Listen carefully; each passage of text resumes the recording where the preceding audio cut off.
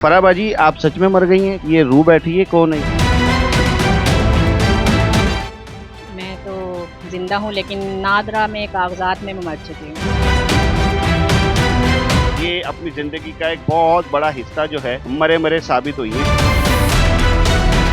और वैसे मैं ज़िंदा हूँ। मरा मरा महसूस हो रहा है। इससे अच्छा तो सचमुच मर जाते तो शायद इतनी परेशानी ना होती। मुर्दा खातून का वीजा लग गया। अस्सलाम वालेकुम नाज़रीन, मैं हूं नवीद राना और आप देख रहे हैं हिंगोल न्यूज़। कैसा हो कि अगर आपको खुद को ये पता लगे कि आपकी डेथ हो चुकी है और अब आप इस दुनिया में नहीं रहे हैं, और सिर्फ यही नहीं बल्कि आपके पास प्रूफ भी हो, आपके पास कागजात भी हों, सारे प्रूफ हों कि आप मर चुके हैं और ये जिंदगी में आपको खुद अपनी आंखों से देखना पड़े, तो ये हमारे निज़ाम पे एक बहुत बड़ा सवालिया निशान है। और मजे की बात कि वो इंसान के जो ये सुन रहा है कि मैं मर चुका हूँ, वो अपने आप को जिंदा साबित करने के लिए चक्कर पे चक्कर लगाए और उसके बाद वो अपने आप को ये साबित करने के लिए कि भाई मैं जिंदा हूँ, गलती आपकी है, वो पैसे भी दे और वो हजारों रुपए जो है इदारों को खिलाए भी। तो एक ऐसी खातून हमारे साथ मौजूद है कि जो काफी अर्से पहले मर चुकी है लेकिन अब जिंदा भी है। मुझे तो इससे डर भी लग रहा है कि कहीं ये कोई जिन भूत ना हो, लेकिन चलें हम इनके पास चलते हैं और जानते हैं कि असल माजरा क्या है। आइए चलिए। ले जी, ये खातून हमारे साथ इस वक्त मौजूद हैं जो कागजों की रूह से वफात पा चुकी हैं, मर चुकी हैं। इनका डेथ सर्टिफिकेट इशू हो चुका है। इनकी जिंदगी के अंदर एक नया मोड़ है, इनके तमाम काम रुक चुके हैं। इनसे जानने की कोशिश करते हैं। बाजी, अस्सलाम वालेकुम। वालेकुम सलाम। क्या नाम है आपका? फराह शाहिद। फराह बाजी, आप सच में मर गई हैं? ये रू बैठी है, कौन है? मैं तो ज़िंदा हूँ लेकिन नादरा में कागज़ात में मैं मर चुकी हूँ।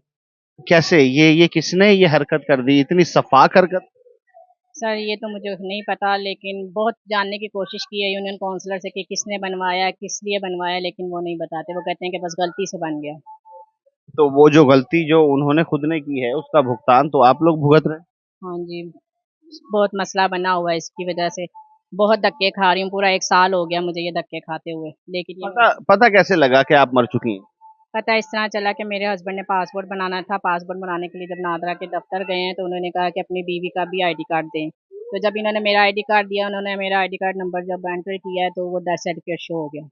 तो उन्होंने कहा आप अपनी बीवी का आईडी कार्ड नहीं, अपनी बीवी का डेथ सर्टिफिकेट दें क्योंकि वो इंतकाल कर चुकी हैं। इन्होंने कहा मैं तो अभी घर छोड़ कर आई हूँ, जिंदा सही सलामत, इंतकाल कैसे कर गई हैं? वो कहते हैं आप खुद देख लो। तो वाकई वहाँ पर ना मेरा डेथ सर्टिफिकेट शो हो रहा था। इन्होंने वहाँ से मुझे फ़ोन किया है कि फ़राह, मैंने कहा हाँ जी। तो कहते हैं आपका ना डेथ सर्टिफिकेट शो हो रहा है। मैंने कहा आप दिमाग ठीक है आपका? तो कहते हैं हाँ मैं तुम्हें लेने आ रहा हूँ तो तैयार हो जाओ, गाउन शॉन पहन लो। मैंने कहा अच्छा। फिर ये भागे भागे मेरे पास आए हैं। मुझे देख के मैंने ना पानी वगैरह पिलाया। उन्होंने कहा ऐसे मसला बन गया है। मैंने कहा चलो। जब हम नादरा के दफ्तर गए हैं, मैं अपना आईडी कार्ड साथ लेकर गई हूँ, तो वो जो भाई बैठे हुए थे वो परेशान हो गए। वो कहते हैं आपका तो डेथ सर्टिफिकेट शो हो रहा है। मैंने कहा भाई मैं आपके सामने खड़ी हूँ, ये मेरा आईडी कार्ड है। तो उसने फिर दोबारा कहा, उसने कहा शायद कोई गलती होगी। उसने दोबारा मेरा आईडी कार्ड नंबर एंटर किया तो फिर डेथ सर्टिफिकेट शो हुआ। उसने कहा आपका ना किसी ने डेथ सर्टिफिकेट बनवाया है। तो किसने बनवाया? मैंने कहा मुझे तो खुद नहीं पता, मुझे तो पता ही यहाँ से चल रहा है कि मेरा डेथ सर्टिफिकेट बना हुआ है। तो कहते हैं आपका मगर ना फिलहाल ये डेथ सर्टिफिकेट बना हुआ है। तो फिर उससे पूछा कि ये कहाँ से मसला हल होगा? उन्होंने कहा जहाँ से ये बना है वहीं से ही कैंसिल होगा। ये यूनियन काउंसलर से बनता है, वही सही, वही करेंगे। अच्छा, ये आपके इलाके की यूनियन काउंसिल से ही ये बना हुआ है? जी, ये हमारे इलाके की यूसी 45 है, वहाँ से बना है। तो वो आपको क्यों नहीं बता रहे कि इतनी बड़ी हमाकत हो गई, इतना बड़ा मामला हो गया कि आपकी जिंदगी के अंदर एक नया मोड़ है? आपके हस्बैंड तो वो जाहिर सी बात है खुश भी हुए होंगे, लेकिन चले वो ये है कि थोड़ा सा तो उनको दचका पहुंचा होगा कि ये क्या हो गया। उन्होंने क्यों नहीं बताया? वो नहीं बताते, वो कहते हैं ये मिस्टेक हुई है सिर्फ, ये गलती से हो गया है। तो इसमें हमारा कोई कसूर नहीं है, जो यानी पहले सेक्रेटरी रह चुके हैं, उनसे गलती से हो गया है। तो ये कितने साल पहले की गलती है? ये वो बताते हैं कि 2008 में बना है, लेकिन ये गलत बता रहे हैं क्योंकि ये पिछले साल ही मेरा नंबर एंटर हुआ है इसमें और मुझे मैसेज आया बाकायदा मोबाइल पर। मगर उस वक़्त मैंने गौर नहीं किया मोबाइल पे ना, क्योंकि मैं चैट मैसेज वगैरह पे इतना ध्यान नहीं देती इनबॉक्स में। अच्छा, यानी कि आपका नाम क्या बताया था? फराह शाहिद।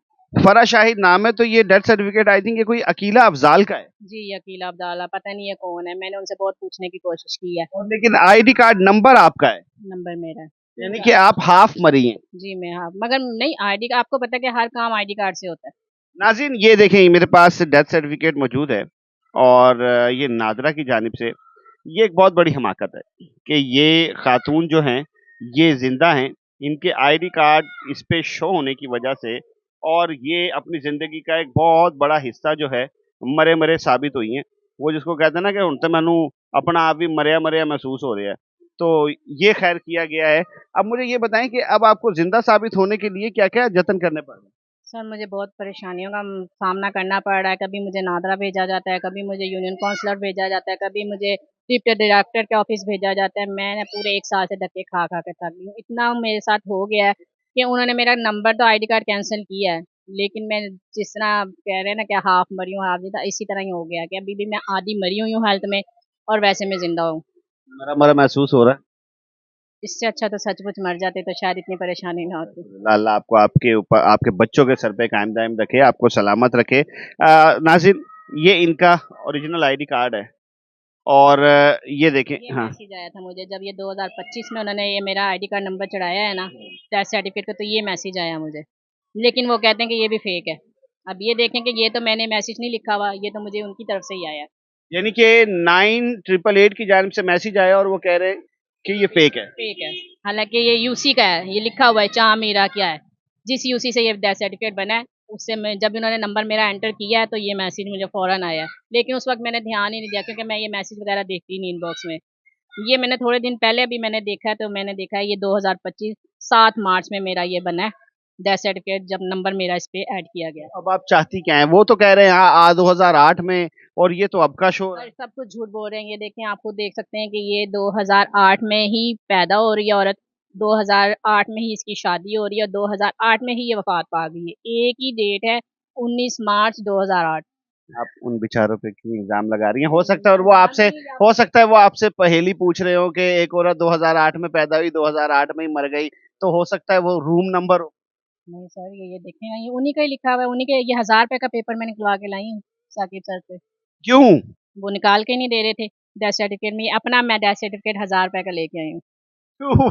अपना ही डेथ सर्टिफिकेट और वो भी 1000 रुपए का ये फीस थी गवर्नमेंट की क्या वो उनकी वैसे उन्होंने जेब फीस ली है जी निकालने की, कि हम ऐसे नहीं निकाल क्या सकते। नाम है उनका? साकिब सर। जनाब साकिब साहब ने ये 1000 रुपए का डेथ सर्टिफिकेट जो है वो निकाल के दिया है।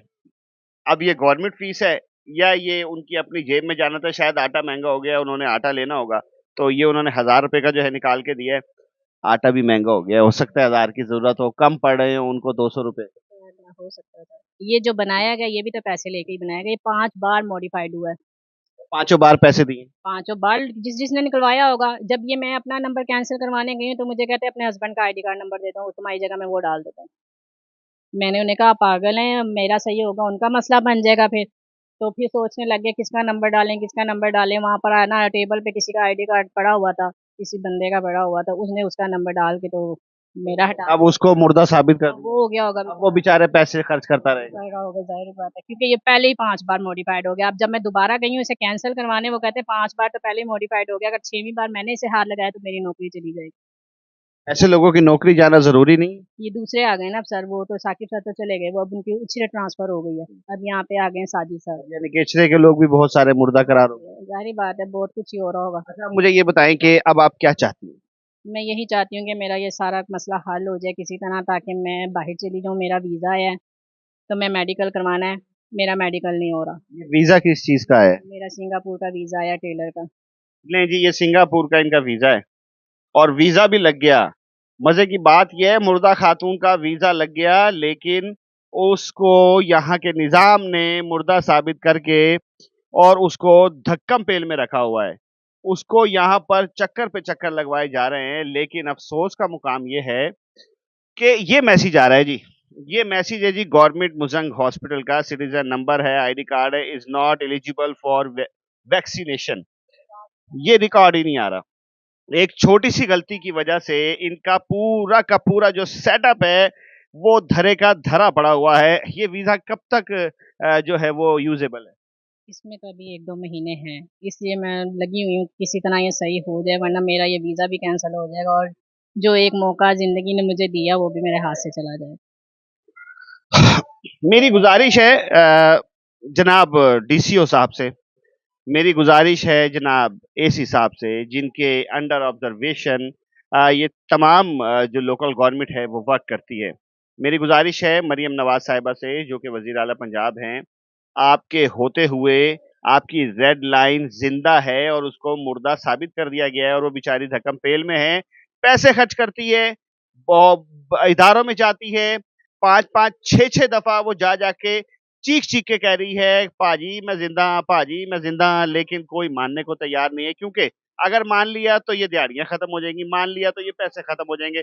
ख़ैर ये तो बात की है। भाई मौजूद हैं और इनकी खुशी का आलम जो है वो इधर शो हो या ना हो लेकिन इनके चेहरे से मुझे दिख रहा है भाई ज़िंदगी में खुशखबरी मिल गई, क्या कहेंगे?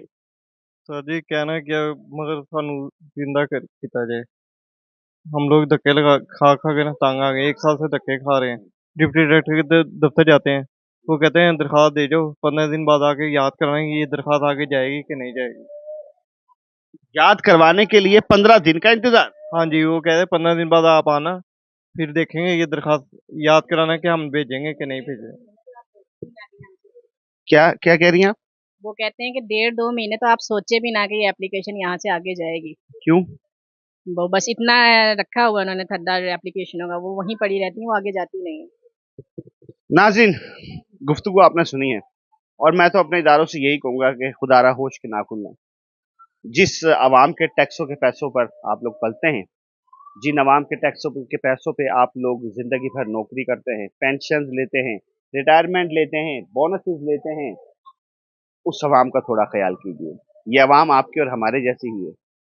बहुत मुश्किल से ये लोग बहुत मुश्किल से ये लोग खाते-पीते हैं। क्या कह रही थी आप? क्या फरमाने लगी आप? आज के दफ्तर में भी एप्लीकेशन दे के आई हूँ। पूरा दिन लगा है मुझे वहाँ एप्लीकेशन देने में और 15-20 दिन हो गए हैं, वहाँ से भी कोई रिस्पॉन्स नहीं आया। इंसाफ मिलेगा? जी? इंसाफ मिलेगा? मुझे तो नहीं लगता, जब 15-20 दिन में कोई रिस्पॉन्स ही नहीं आया। अब 1 साल मुझे धक्के खाते हो गया है। पता नहीं इंसाफ मिलेगा या नहीं मिलेगा। उम्मीद पे तो दुनिया कायम है और ये बहन भी उम्मीद पे ही कायम है। उम्मीद पे ही जिंदा हैं ये लोग वरना तुसी ते मारन च कोई कमी नहीं छड्डी हुण ते मैनू वाकई महसूस हो रहा मरे मरे जे लग रहे हैं आपां सारे ते खुदा दा वास्ता कोई थोड़ा जिन्ना खौफ खाओ और आवाम को जीने दो थोड़ा सा वैसे ही बहुत परेशान है ये 500-500 हज़ार रुपए बहुत मुश्किल से जोड़ते हैं तो नाज़रीन कमेंट सेक्शन आपके पास है अपनी राय का इजहार कीजिए मेरी बहन का साथ दीजिए इसकी आवाज़ बनिए ताकि ये जल्दी जिंदा साबित हो सके कमेंट सेक्शन आपके पास अपनी राय का इजहार कीजिए अपने मेज़बान नवीद राना को इजाज़त दें इस उम्मीद के साथ अपना बहुत ख्याल रखेंगे अल्लाह हाफ़िज़।